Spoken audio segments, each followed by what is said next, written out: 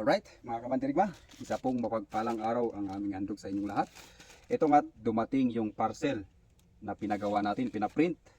Pinaprint natin sa, pwede pa print sa online. No? Yung disenyo nito is gawa ni Sergeant Jazz Villegas. Kung gusto nyo magpapaprint din, magpagawa ng mga layouts, ay pwede kayo dito kay Sergeant Jazz. Kayang-kaya niyan. Tapos ngayon, titingnan naman natin kung quality itong paprint na ginawa natin. Bubuksan natin, no? Sabi kasi nung nagpadala is gagawa tayo ng video para dito, para at least evidence kung mali nga yung ginawa nila. So ito, ang purpose nito, yung pinagawa natin is para dito sa mga wires natin. So bubuksan natin. Wala pang bukas yan, ha. So, hindi pa natin nabuksan. So ngayon bubuksan na natin. Uy, parang quality, pwede na rin.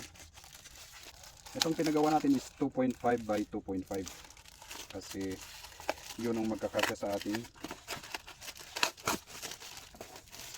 wine. Ito siya, oh. Uy, sakto kaya dito.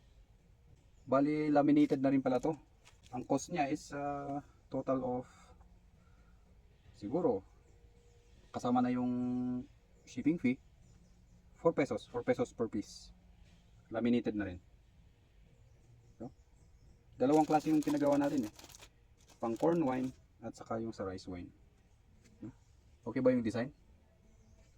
Courtesy of yung design is courtesy of Sergeant Jazz Villegas. At ito is pinaprint natin online sa pwede pa print. Pwede pa print online. So ito try natin isa. Sa mga gusto patikman ng ating wines, pag malapit kayo dito sa Baguio o kaya sa Trinidad, at pwede nating i-deliver at sa halagang 110. Pero syempre pag ando na sa retail center is umaabot na siya ng 150 ang per bottle. Pwede na ba to? Anong say natin, mga kamandirigma?